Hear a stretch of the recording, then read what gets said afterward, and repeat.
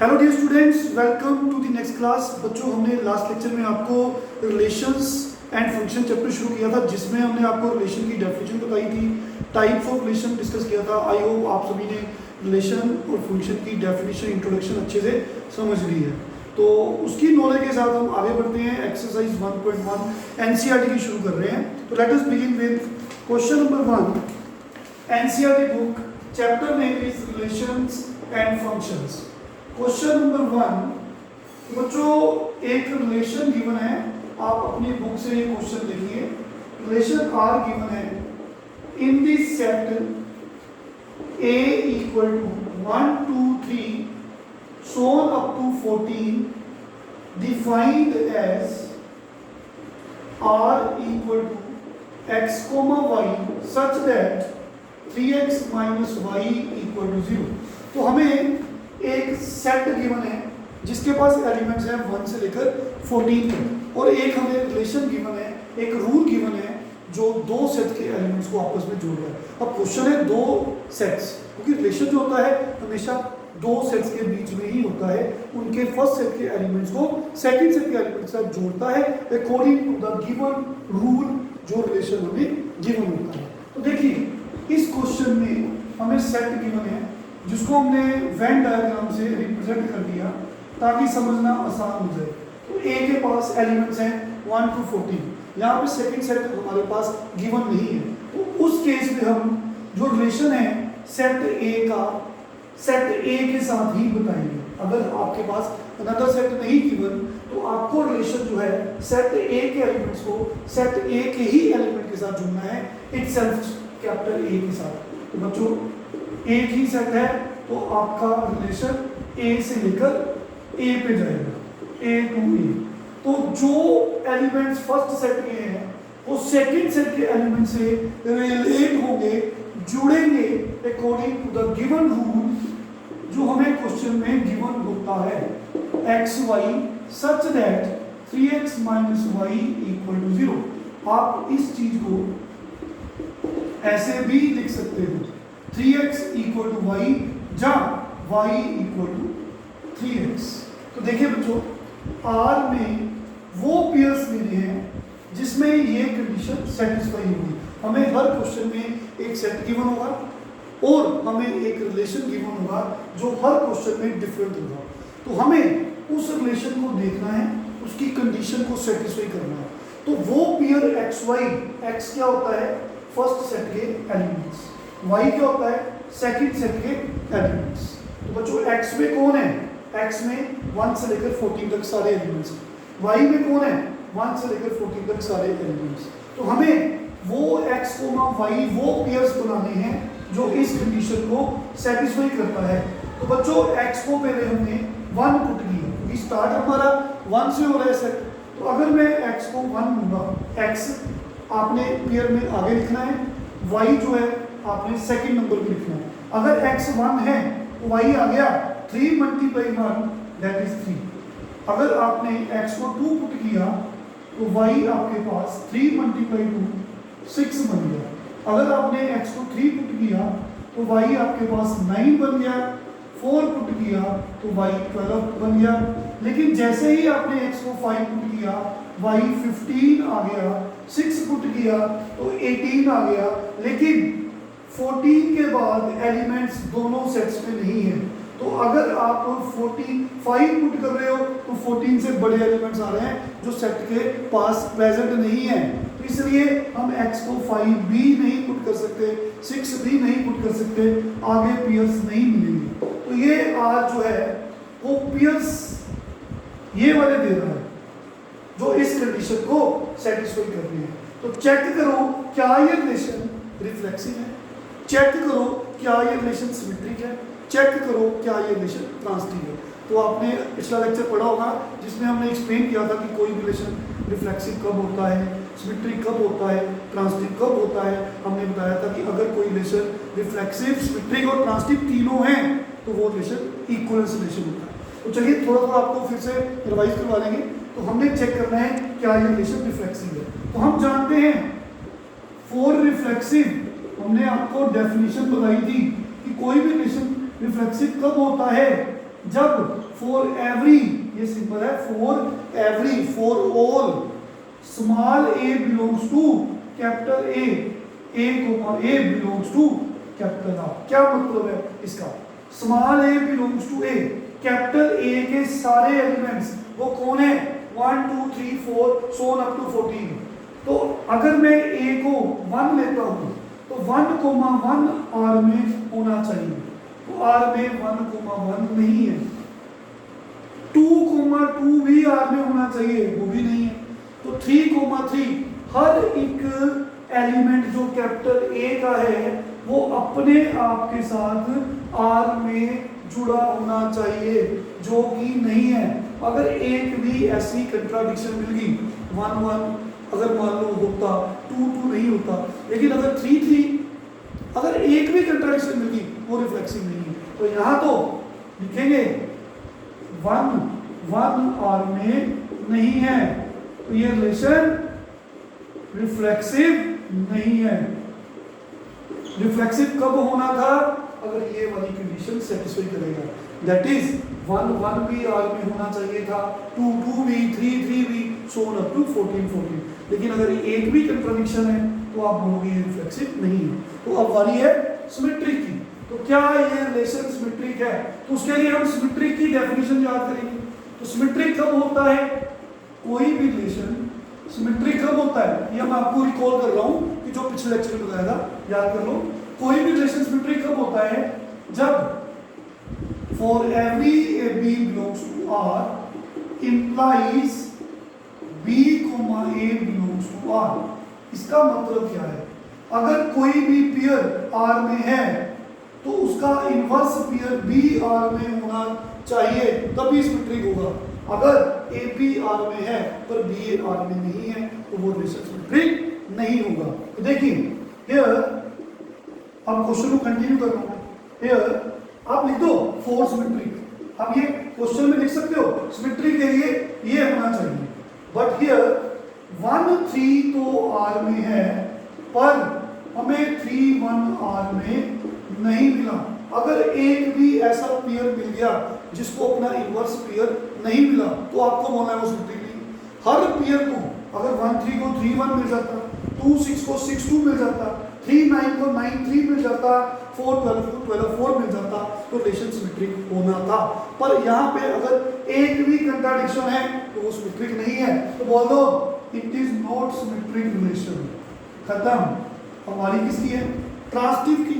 तो याद करिए ट्रांसिटिव कब होता है? देखिए मैंने समझाया था कि कोई भी रिलेशन ट्रांसिटिव कब होता है। लिखो फॉर ट्रांसिटिव, क्वेश्चन में इंक्लूड कर दो for transitive, for every A B belongs to R and B C belongs to R implies that A C belongs to R. तो बच्चों अगर ये दो पेयर्स आर में होते हैं पर ये एसी आर में ना हो वो ट्रांसिटिव नहीं होता। अगर ए बी, कोई पेयर ए बी है, देखिए जैसे इस क्वेश्चन में हियर मैंने 1 3 लिखा, ये आर में है, तो अगर ये दो पेयर्स आर में है, देखिए ये बी से एंड हो रहा है और अगले पेयर में ये दोनों सेम है, ये बी से एंड हो रहा है, ये बी से शुरू हो रहा है, तो क्या 3 से शुरू होता कोई पेयर नजर आया आपको? ये देखिए हमें नजर आ गया 3 9 आर में है। तो बच्चों कंट्राडिक्शन क्या है?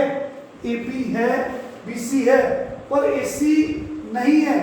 अगर हर एपी और बीसी को एसी मिलता जाएगा तो वो ट्रांसिटिव होगा। लेकिन अगर एक भी कंट्राडिक्शन है, लाइक इन दिस क्वेश्चन, ये ए है, ये बी है, ये बी से एंड हो रहा है, तो ये सेम नंबर से शुरू हो रहा है, ये देखिए। और चेक किसको करना है? 1 9 को एसी को हियर, बट जो बच्चों 1 9 है वो आर में नहीं है, तो therefore it is not transitive relation. Question complete. अगर ये रिलेशन रिफ्लेक्सिव, सिमेट्रिक और ट्रांसिटिव तीनों होता है तो फिर ही ये इक्विवेलेंस रिलेशन होता है। तो यहाँ पे ये क्वेश्चन ना तो रिफ्लेक्सिव है, ना तो सिमेट्रिक है, ना तो ट्रांसिटिव है। क्वेश्चन खत्म। Next part, very interesting sums, little bit technical. अगर आप समझ के करोगे तो आपको बड़ा ही अच्छा लगेगा। सेकंड पार्ट, जैसा कि बोला मैंने, हर क्वेश्चन में एक सेट गिवन होगा आपको, एक रिलेशन गिवन होगा। इस क्वेश्चन में आपको सेट गिवन है जिसका नाम मैंने कैपिटल ए दे दिया, सेट ऑफ नेचुरल नंबर्स। उसने बुक में कैपिटल एन दिया है, कोई भी नाम हो सकता है, N set of natural numbers. आप अपनी बुक से क्वेश्चन देखेंगे, हमें रिलेशन गिवन है x Y such that y equal to x plus 5 and x less than 4। Her question में एक रिलेशन गिवन होगा, एक सेट गिवन होगा, हमें उस सेट पे चेक करना है रिलेशन। तो रिलेशन पे बात करेंगे। देखिए, रिलेशन में वो पेयर्स लिए हैं जो इस कंडीशन को सेटिस्फाई करते हैं। तो सबसे पहले सेट की बात करते हैं, वो है नेचुरल नंबर्स। तो सेट एक ही है तो क्वाइट ऑब्वियस दूसरा सेट भी सेम लेना पड़ेगा। तो natural number starts with 1 and going to infinite 1 2 3 so on. तो ये नेचुरल नंबर्स का सेट है। तो हमें x के बारे में पता है, x क्या है, फर्स्ट सेट के एलिमेंट्स, इसमें सारे नेचुरल नंबर्स आ रहे हैं, y में सारे नेचुरल नंबर्स आ रहे हैं। तो y कौन है, x plus 5, और x क्या है, 4 से छोटा। तो बच्चों हम जानते हैं x क्या है, नेचुरल नंबर, ठीक है जी। और नेचुरल नंबर 4 से छोटे कौन से हैं, 1 2 3। तो हमें इस कंडीशन को सेटिस्फाई कराया, उसमें लिखा है कि x 4 से छोटा है। तो कितने नेचुरल नंबर 4 छोटे हैं, 1 2 3। तो उसके कोरस्पोंडिंग y बना लो। अगर y की बात करें, y x plus 5 के इक्वल है। अगर x 1 है तो y कितना आएगा, इसके कोरस्पोंडिंग 1 plus 5 6। अगर मैं x को 2 पुट करूंगा तो y कितना आएगा, 7। अगर मैं x को 3 पुट करूंगा तो y कितना आएगा, 8। x क्या है, 4 से छोटे natural numbers, x first set के एलिमेंट्स है। तो बच्चों उसके कोरस्पोंडिंग y मिल गया। तो r में पेयर्स लेने हैं x y, ये 1 x है, ये y 6 है। 2 के कोरस्पोंडिंग 7, 3 के कोरस्पोंडिंग 8। तो क्या ये रिफ्लेक्सिव है, नहीं, ये रिफ्लेक्सिव नहीं है। क्यों नहीं है, क्योंकि रिफ्लेक्सिव तो तभी होता अगर 1,1 भी आर में होता, 2,2 भी आर में होता, सो ऑन। पर ऐसा तो कुछ भी नहीं है, हमें तो 1 भी आर में नहीं मिला, 2 भी नहीं मिला, तो it is no reflexive. Definition आप सबको पता है। तो अगेन सिमेट्रिक, देखिए again it is not symmetric relation. क्यों नहीं है सिमेट्रिक में, क्योंकि अगर 1 6 है तो 6 1 भी तो होना चाहिए, 2 7 है तो 7 2 भी होना चाहिए, अगर 3 8 है तो 8 3 भी होना चाहिए। अभी आपको लास्ट क्वेश्चन में सिमेट्री की डेफिनेशन बताई, हियर बिकॉज 1 6 तो आर में है पर 6 1 आर में प्रेजेंट नहीं है, इट इज नॉट। एक ही कंट्राडिक्शन काफी है बताने के लिए सिमेट्रिक नहीं है, ठीक है। अब आ रही है ट्रांसिटिव की। तो बच्चों ट्रांसिटिव कब होता है और कब नहीं होता, देखिए ट्रांसिटिव कब होता है और कब नहीं होता है, इसको सीखना है अपने आज। तो आर में कौन कौन है, 1 6 2 7 3 8। तो याद करिए कोई भी रिलेशन ट्रांसिटिव कब होता है, लिखिए फॉर ट्रांसिटिव क्या डेफिनेशन है, हर एक ए बी जो आर में है, बी सी आर में है, इंप्लाइज ए सी आर में है। तो कोई भी रिलेशन ट्रांसिटिव कब नहीं होता, अगर उसे कंट्राडिक्शन मिलती है। कंट्राडिक्शन कब मिलती है, अगर ए बी और बी सी आर में मिल गए और ए सी आर में नहीं मिला। तो याद रखो ट्रांसिटिव कब नहीं होता, अगर कंट्राडिक्शन मिलती है। कंट्राडिक्शन मतलब ए बी मिल गया, बी सी मिल गया, ये ए बी, बी से एंड हो रहा है, ये बी शुरू हो रहा है, एक पेयर ए बी, दूसरा पेयर में क्या है, जो एलिमेंट यहाँ पे है वो यहाँ से शुरू हो रहा है, तो ये दोनों छोड़ दो। अगर AC मिल गया तो ट्रांसिटिव है, अगर AC नहीं मिला तो ट्रांसिटिव नहीं है। लेकिन इस क्वेश्चन में कंट्राडिक्शन नहीं मिली तो लिखोगे क्लियरली, यहाँ लिखोगे this relation is transitive relation. क्योंकि आप सोचोगे ट्रांसिटिव क्यों है, क्योंकि उसको कंट्राडिक्शन ही नहीं मिली।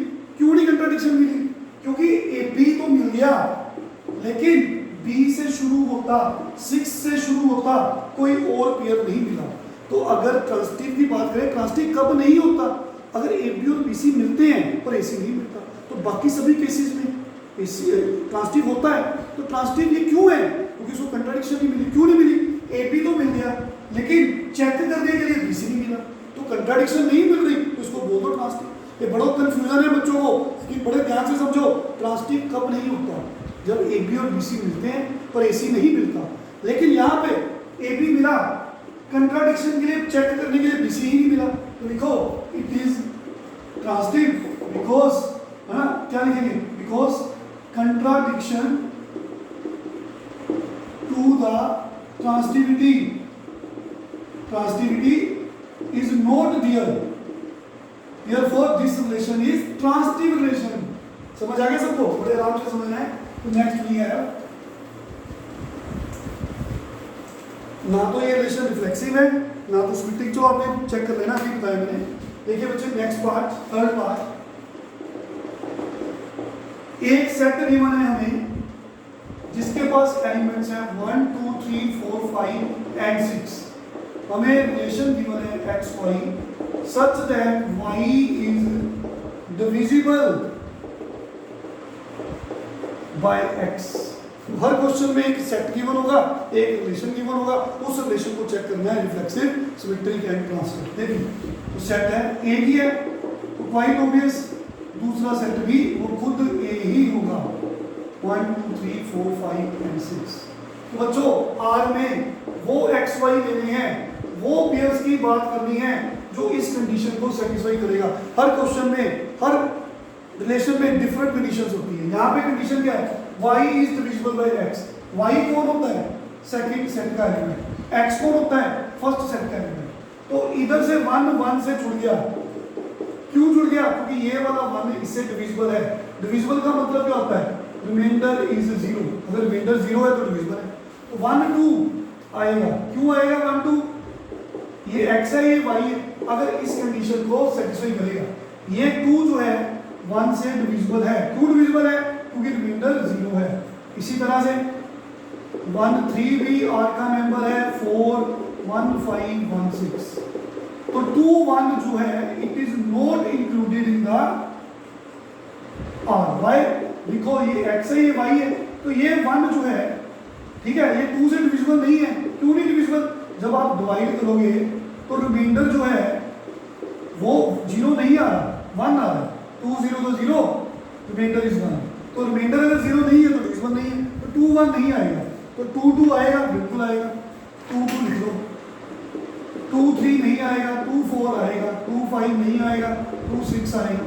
इसी तरह से 3 3 बनेगा, चेक करो, 3 6 आएगा, 4 4, मैं डायरेक्ट लिख रहा हूँ, आप चेक कर सकते हो, 5 5 एंड 6 6। यही पेयर्स बनेंगे जो इस कंडीशन को सेटिस्फाई करेंगे। अब चेक करो क्या ये रिफ्लेक्सिव है? रिफ्लेक्सिव कब होता है? डेफिनेशन क्या लिखेंगे?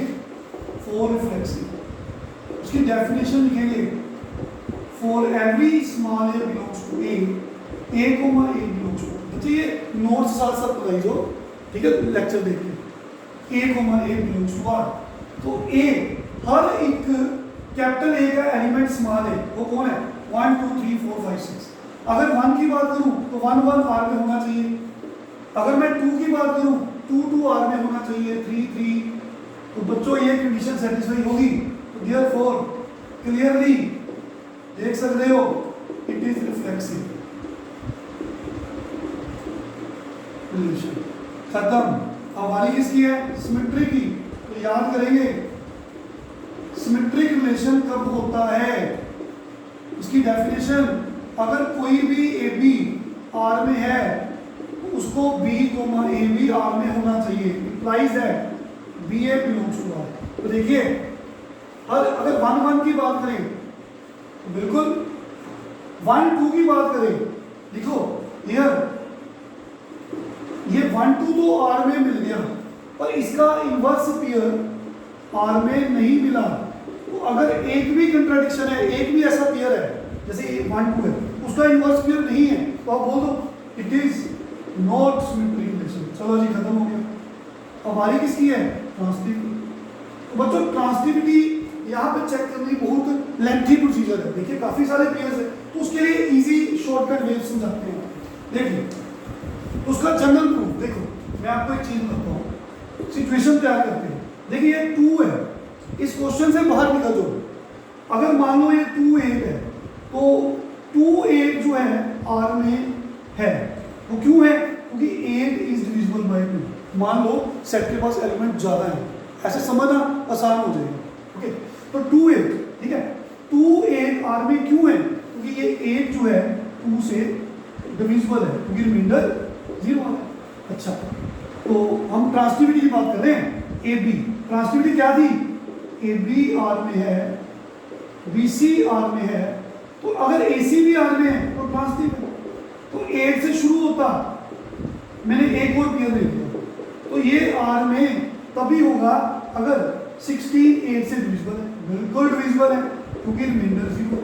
तो मैंने कहा था कि ट्रांसटिविटी में कॉमन एलिमेंट B छोड़ना होता है, छोड़ दिया तो बचा गया 216। तो 216 R में तभी जाएगा अगर 16 2 से डिविजिबल है, बिल्कुल है। तो आप कोई भी एग्जांपल लेकर चेक कर सकते हो। जैसे और देखो 4 8 R में है, हाँ जी, 8 24 R में है, ये दोनों सेम है।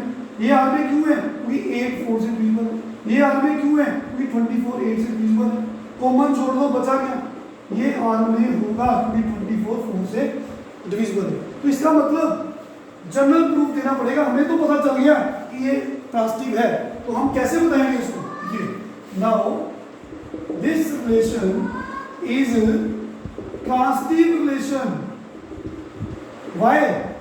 एक्सप्लेन करना पड़ेगा, क्योंकि for every AB belongs to R and BC belongs to R, definition लिख दो, AC बिलोंग्स टू R। थोड़ा सा एक्सप्लेन करो।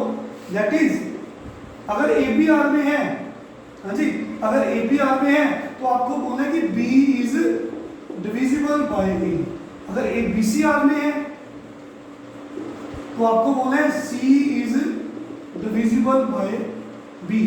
तो अगर B A से डिविजिबल है, C B से डिविजिबल है, तो क्वाइट ऑब्वियस, ये श्योर है, जो C होगा वो डिविजिबल होगा A से, तो हमें कहना पड़ेगा AC भी R में है। हमने पहले क्लैरिटी कर ली, होमवर्क हमारा घर से होना चाहिए, लिखना है इसे। तो दिस रिलेशन इज ट्रांसटिव। तो ये रिलेशन रिफ्लेक्सिव है, ट्रांसटिव है, पर सिमेट्रिक नहीं है। पेपर में क्वेश्चन पूछते हैं, हमें एग्जांपल दो ऐसे रिलेशन की जो रिफ्लेक्सिव है, ट्रांसटिव है, पर सिमेट्रिक नहीं है। आप ये दे सकते हो। समझ आ गया सबको? और बाकी क्वेश्चन ट्राई करो, नेक्स्ट लेक्चर में जल्दी ही अपलोड करूंगा। Thank you very much, take care.